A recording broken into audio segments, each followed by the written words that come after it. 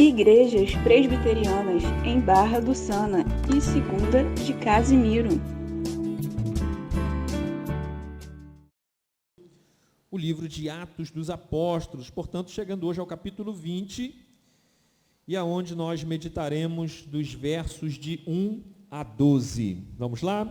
Diz assim a palavra de Deus: cessado o tumulto, os discípulos, e tendo-os confortado, ainda lá em Éfeso, a despeito deste tumulto, daquela confusão, despediu-se e partiu para Macedônia. Havendo atravessado aquelas terras, fortalecendo os discípulos com muitas exortações, dirigiu-se para a Grécia, onde se demorou por 3 meses. Tendo havido uma conspiração por parte dos judeus contra ele, quando estava para embarcar rumo à Síria, determinou voltar pela Macedônia. Acompanharam-no até a Ásia, Sópatro de Bereia, filho de Pirro, Aristarco e Secundo de Tessalônica, Gaio de Derbe e Timóteo, bem como Tíquico e Trófimo da Ásia. Estes nos precederam, esperando-nos em Troade. Depois dos dias dos pães asmos, navegamos de Filipos, e em 5 dias fomos ter com eles naquele porto, onde passamos uma semana. Verso 7. No primeiro dia da semana, ou seja, domingo, estando nós reunidos com o fim de partir o pão, o que isso significa? Ceia. Culto de domingo de ceia. Paulo, que devia seguir viagem no dia imediato, ou seja, no dia seguinte, exortava-os e prolongou o seu discurso até a meia-noite. Havia muitas lâmpadas no cenáculo onde estavam reunidos. Um jovem chamado Eutico, que estava sentado numa janela, adormecendo profundamente durante o prolongado discurso de Paulo, vencido pelo sono, caiu do 3º andar abaixo e foi levantado morto. Descendo, porém, Paulo, inclinou-se sobre ele e, abraçando-o, disse: não vos perturbeis, que a vida nele está. Subindo de novo, partiu o pão e comeu, e ainda lhes falou largamente até ao romper da alva, ou seja, ele continuou a sua pregação até o amanhecer. E assim partiu. Então conduziram vivo o rapaz e sentiram-se grandemente confortados. Amém, queridos? Então, pela graça de nosso bom Deus, nós chegamos hoje aqui ao capítulo 20 de Atos dos Apóstolos, após se findar aquela grande confusão ocorrida em Éfeso, que nós citamos aqui. E aqui, queridos, nós estamos aqui no prosseguimento do que é a 3ª viagem missionária de Paulo, quando nós vemos destacado aqui um fato curioso, um fato que na verdade é uma fatalidade, na despedida de Paulo da Macedônia, quando estes importantes, nos versos iniciais. Nos 2 primeiros versos, por exemplo, nós vemos um pouco mais em como que se dava o ministério do apóstolo Paulo, que é o que nós temos visto aqui nas nossas últimas semanas. Mais uma vez aqui, esses 2 primeiros versos nos demonstram que o ministério de Paulo não se dá como alguém perambulando, anunciando alguma coisa e partindo e desaparecendo. Mas não, queridos, veja que o apóstolo Paulo, mais do que anunciar através de um discurso, uma palavra de salvação, uma boa nova, o apóstolo Paulo se compromete a fazer discípulos. Queridos, isso tem uma diferença enorme. Fazer discípulos, e não apenas alguém falante, alguém anunciando alguma coisa, falando um discurso. Não, o apóstolo Paulo faz discípulos. Nós vemos aqui, queridos, que ele anuncia o evangelho para as pessoas, obviamente, conforta essas pessoas, é o que está aí no verso 1, conforta essas pessoas cuida delas e, conforme o verso 2, fortalece-as na fé com muitas exortações, até que o apóstolo Paulo, de alguma forma, consiga perceber nesses novos crentes, nesses crentes, uma certa maturidade, uma certa vivência no Evangelho. Isso é importante demais, queridos.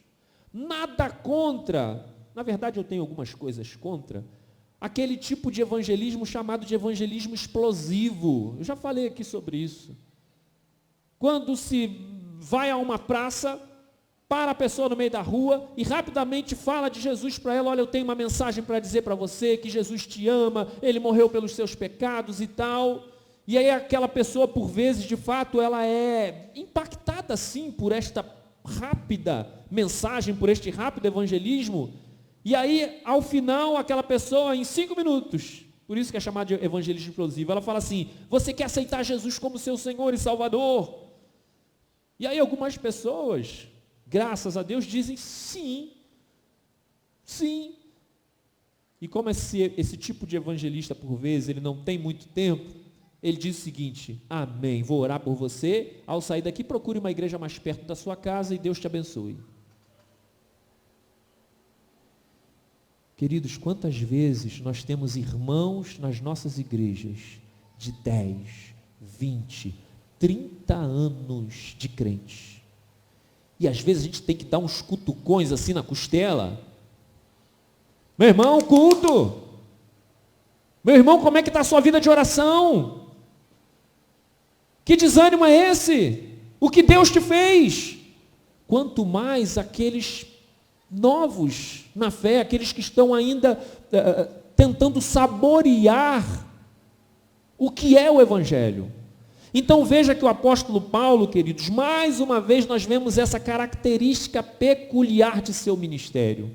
Mais uma vez ele anuncia assim a salvação em Cristo Jesus, prega o Evangelho, mas ele se preocupa em fortalecer muitas tribulações, das muitas perseguições. E era o que Paulo fazia, queridos, com maestria, porque o termo usado aqui no verso 1, confortando-os, era para dizer o seguinte: calma, eu estou sendo perseguido sim, mas está tudo bem. Se a minha vida for tragada pelos homens desta vida, fiquem tranquilos, eu sei muito bem para onde vou. Essa é a nossa esperança, é a esperança que eu tenho ensinado para vocês. Ok, queridos? Mas vamos lá, isso não é coisa simples. Um ministério que se propõe a cuidar de ovelhas, a discipular, não é coisa simples, mas é desgastante, queridos. É desgastante. Às vezes você tem que ensinar a uma ovelha, a alguém, um mesmo ensino 5 vezes, 10 vezes. Pastor, como é que o senhor tem paciência com o irmão fulano de tal? Queridos, o Senhor tem tanta paciência comigo. Como haverei de negar paciência com aquele que tem dificuldades de aprender? Se alguém te pedir para andar com ele 1 milha, o que você deve fazer? Ande 2. É uma tarefa árdua que o apóstolo Paulo vai dizer isso lá na frente em Gálatas, capítulo 4, verso 19. Não precisa abrir não, que eu vou ler aqui. Quando ele chega a dizer o seguinte: meus filhos, ou seja, meus discípulos, aqueles em quem eu tenho ensinado, meus filhos, por quem de novo sofro as dores de parto, até ser Cristo formado em vós. Então o apóstolo Paulo, ele pega toda essa dificuldade de discipular pessoas, de fazer crentes se tornarem maduros, ele compara isso às dores de parto, como que é difícil, até ser Cristo formado em vós. Pregando esse texto pela manhã na Barra do Sana, eu me lembrei de um fato contado pelo pastor batista americano Paul Washer, não sei quantos conhecem. E ele conta que certa vez ele foi convidado a pregar numa igreja, numa outra cidade, e ele foi de avião, era uma cidade distante, ele foi de avião até essa cidade, para pregar nesse culto, e aí já de noite, depois do culto, ele tinha um voo de volta, que ele tinha outros compromissos. Ele chegou na igreja, começou o culto, Chegou o momento da mensagem, ele foi chamado à frente, ele começa a pregar o evangelho.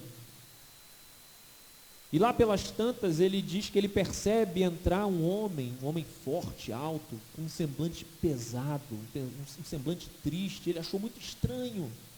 E este homem veio, sentou assim na primeira fileira, e ele continuou a pregação.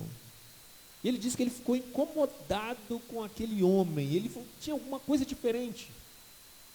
E aí ao final do culto, acabou o culto, bênção apostólica, se despede das pessoas, e ele olha, aquele homem continuava lá, com aquele mesmo semblante duro. E ele não aguentou. Ele disse, eu vou lá falar com ele. E eu não me lembro exatamente, o ponto a ponto da história, lembro dela no sentido geral, tem vídeos aí na internet que contam essa história. E aí ele chega para esse homem e pergunta, está tudo bem com você? Está diferente, está com um semblante pesado. E esse senhor diz assim, não está nada bem. Eu acabei de receber resultados de exames médicos, o médico chegou e trouxe o diagnóstico para mim, disse, você só tem 3 meses de vida. E aí ele falou, fiquei desesperado, estava passando aqui em frente, vi uma porta de uma igreja aberta, nunca entrei numa igreja, não sei nada de religião, nada, mas vi aberto e sei lá, peguei, entrei aqui e sentei aqui e procurei te ouvir.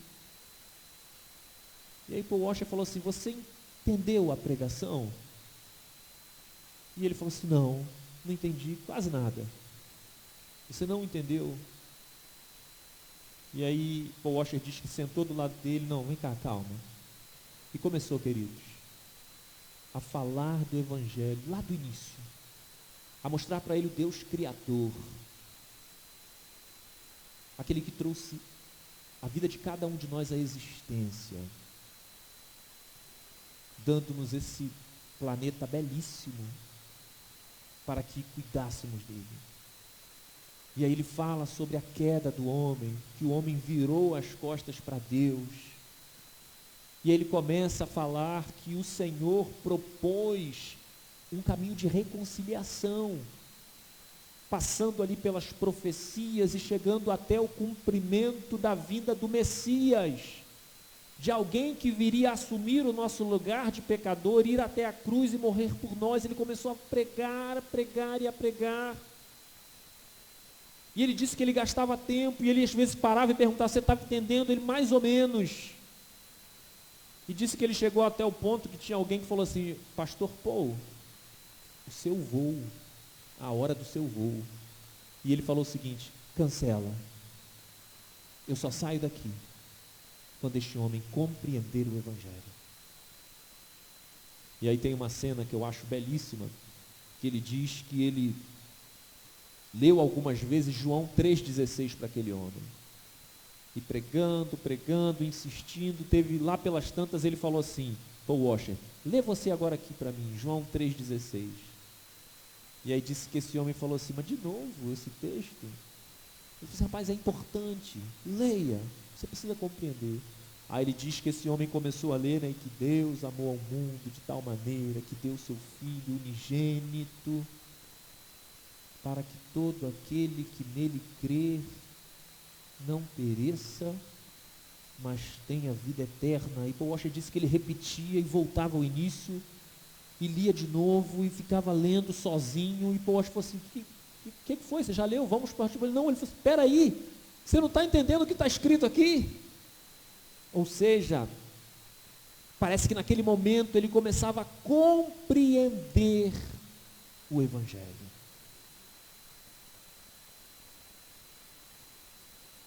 Queridos, é um pouco daquilo que nós estamos vendo aqui nesse texto. Não deve haver reservas de nossa parte para fazer com que as pessoas compreendam o evangelho. E a partir do momento em que há ali um mínimo de compreensão, deve haver um esforço da nossa parte, que é o que nós chamamos normalmente de discipular, de fazer com que essas pessoas alcancem a maturidade, para que não sejam como crentes infantis, que mediante a primeira tribulação, eles se voltam contra a fé, recuam, para que qualquer ensino falso, e nós estamos vivendo numa geração em que isso está torto e à direita, está nas redes sociais, está no YouTube, está na TV, o falso ensino do Evangelho, travestido de Evangelho, para que esses novos crentes não sejam levados para um Evangelho torto. E eu quero dizer uma coisa para vocês, Evangelho torto, sabe o que significa? Significa não Evangelho. Assim como há um só Deus, um só Senhor e Salvador Jesus Cristo, o texto vai dizer, né, um só Espírito, um só batismo, assim é uma verdade apenas. Mas vamos lá, queridos. Bom, é exatamente nesse momento de infantilidade, desses novos na fé, que muitos crentes passam por aquilo que a gente vê por aí, desânimos na fé, chegando ao ponto, inclusive, de muitos se desviarem do Evangelho, por falta desta maturidade. E aí, diante disso, queridos, antes de nós entrarmos aqui no texto, eu quero dizer que são duas coisas, basicamente, que acabam fazendo com que isso seja uma dura realidade. A primeira é exatamente a falta de empenho de pastores e líderes e dos próprios irmãos da igreja em procurar trazer ensino, maturidade aos novos crentes. E a segunda coisa, queridos, que é muito comum, a preguiça dos crentes, de um modo geral, em buscar conhecimento de Deus, conhecimento doutrinário, que fará com que este alimento espiritual fortaleça-nos na nossa fé. Queridos, eu estou falando alguma bobagem? Basta olharmos para a frequência das escolas bíblicas dominicais em relação a culto de domingo, principalmente quando determinadas igrejas pegam o culto de domingo e colocam 20 louvores, peças teatrais,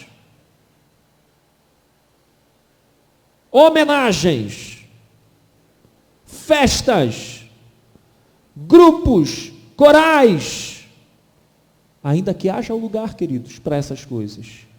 E o momento da pregação de domingo, pastor, vai rápido que o pessoal já está, como Eutico aqui, adormecendo no banco da igreja.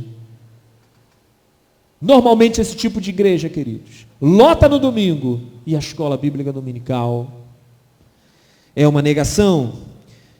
Bom, queridos, outro destaque antes de entrarmos aqui no fato, né, ocorrido aqui com esse jovem Eutico, eu quero destacar aqui, queridos, os frutos do ministério do apóstolo Paulo, quando nós vemos aqui no verso 4, o autor, que é Lucas, apresentando alguns nomes distribuídos por alguns lugares. Então veja aí no verso 4, queridos, de Bereia, da cidade de Bereia, o apóstolo Paulo ganhou Sópatro para o Evangelho. De Tessalônica, ele ganhou Aristarco e Secundo. De Derbe, ele ganhou Gaio e ganhou Timóteo. E da Ásia, ele ganhou Tíquico e Trófimo. Mas perceba que estes nomes aqui são nomes de pessoas que nós podemos considerá-las como líderes, como cooperadores já do ministério do apóstolo Paulo, seriam presbíteros, pastores. Então veja os frutos desse ministério de Paulo. Além de ele pregar, fortalecer a fé dos novos crentes, ele ainda faz líderes, que passam agora a cooperar abundantemente com a obra que o Senhor mesmo havia colocado na vida do apóstolo Paulo.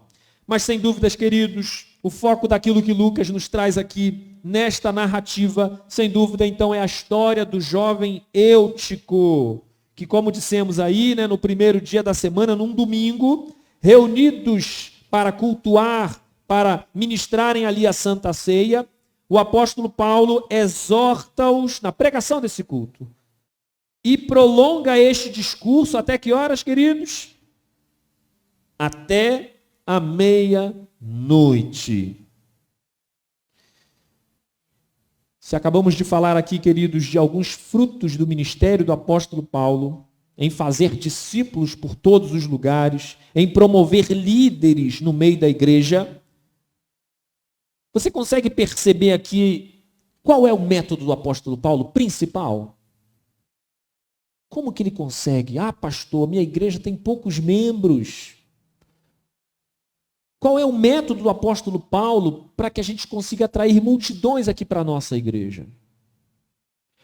Queridos, veja que o método dele passa pela pregação.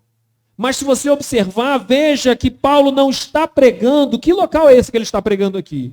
Veja que ele não está pregando numa igreja moderna, com paredes pretas, fumaças, shows pirotécnicos. Veja que não é esse o caso. Neste culto de domingo de ceia, nós também não vemos Paulo usando de uma pregação com base na teologia coaching, procurando fazer as pessoas olharem para si mesmos e despertarem o potencial que há em si. Veja que nesse culto de domingo de ceia, Paulo também não está usando aqui de uma pregação triunfalista, aonde ele promete vitória sobre vitória e uma vida sem sofrimento. Nesse culto de domingo, queridos, de ceia, Paulo também não está usando de uma pregação cheia de palavras engraçadas. Ou de tiradas. Já viu, queridos, que está na moda no nosso meio, uma coisa tão feia, na minha opinião. As pregações de hoje em dia são só tiradas, aonde costuma-se, inclusive, fazer pequenas postagens no Facebook. Aonde a exegese profunda de um texto dificílimo, essas pessoas conseguem fazer uma tirada engraçada, diferente, legal, em três frases. Por vezes terminando assim: pega a visão, irmão. Olha que palavra forte.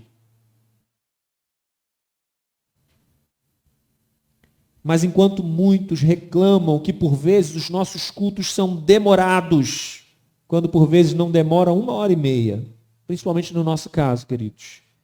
Lucas então nos traz aqui o relato de que Paulo ele não se preocupa com a hora, desde que os seus ouvintes, o seu público compreenda o evangelho. É por isso que eu citei aqui aquela história do Paul Washer.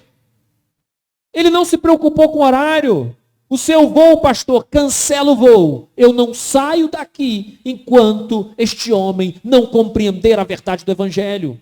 Então é isso que nós temos o apóstolo Paulo aqui, não se preocupando com o horário, não de forma displicente, fazendo um culto desorganizado, cheio de apresentações. Mas ele se preocupa em fazer com que as pessoas compreendam o evangelho, porque é o evangelho de Cristo Jesus que salva o pecador. Há alguma coisa mais importante do que isso, queridos?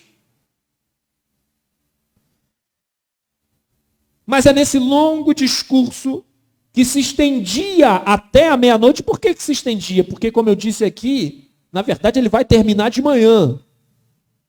Mas há uma pausa nesse discurso, porque à meia-noite, um jovem que estava na janela adormece profundamente e cai lá de cima do terceiro andar e morre. Ah, pastor, mas será que Paulo não estava falando demais?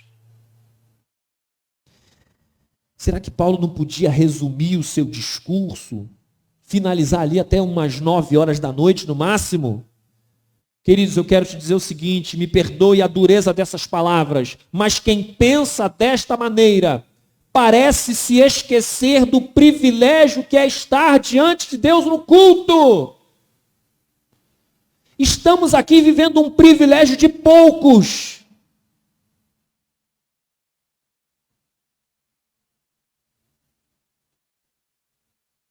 E parece que entramos na igreja contando as horas para ir para casa. Me perdoe as duras palavras, querido. Fique em casa. O que você veio fazer neste lugar? Quem pensa desta maneira também parece se esquecer da urgência da mensagem do Evangelho, à medida que o Evangelho trata de vida e morte. Mas de vida e morte eterna.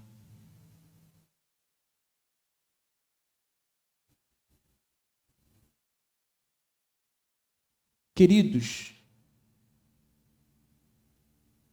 como eu posso, numa pregação em que eu vou apresentar a Jesus Cristo como Salvador, como eu posso, ao final dessa pregação, e olhar para a hora e não dá para concluir o horário. No próximo domingo eu termino.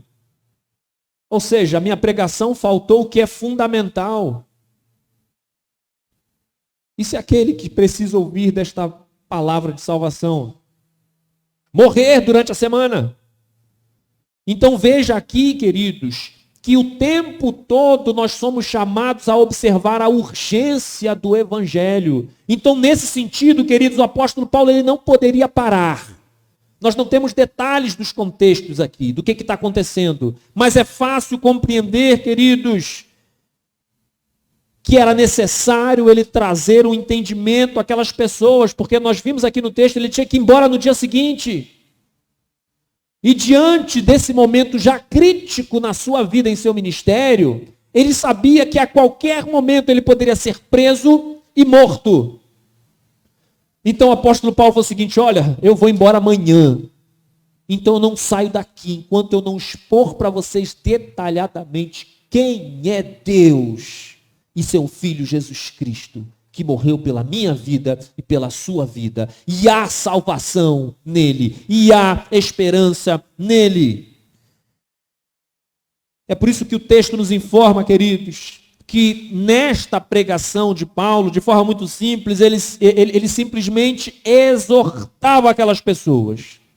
E essa expressão aqui, exortava-os, é a tradução do termo grego, ou do verbo grego, dialegomai, que é a raiz da palavra diálogo. Contudo, a expressão no grego, dialegomai, ela tem uma força maior no sentido de conduzir uma discussão com o fim de se alcançar um entendimento mais profundo. Então essa exortação é o apóstolo Paulo falando o seguinte: olha, eu não posso só trazer o leitinho para vocês. Eu preciso trazer um alimento sólido. Porque diferentemente das outras cidades, talvez eu não volte mais.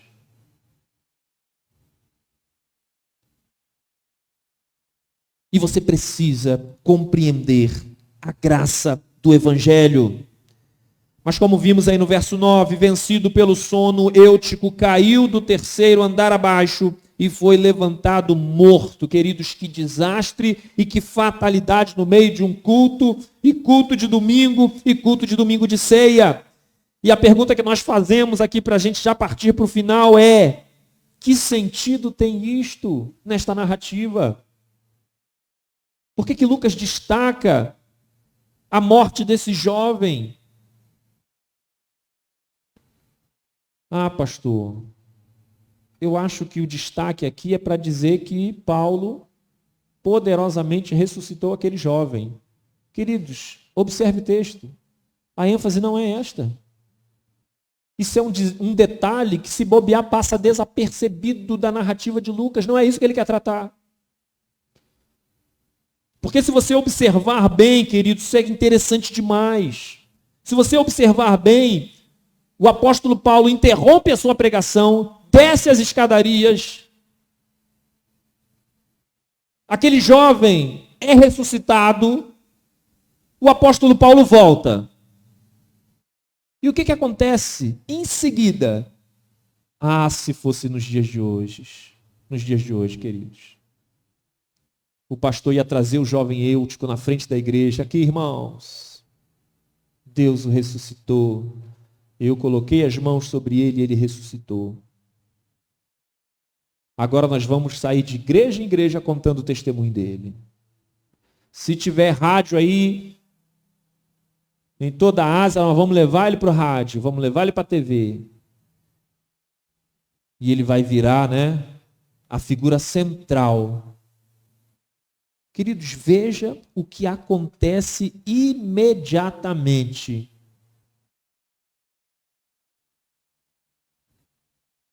Quando Paulo, imediatamente após Paulo curar este jovem, o que acontece?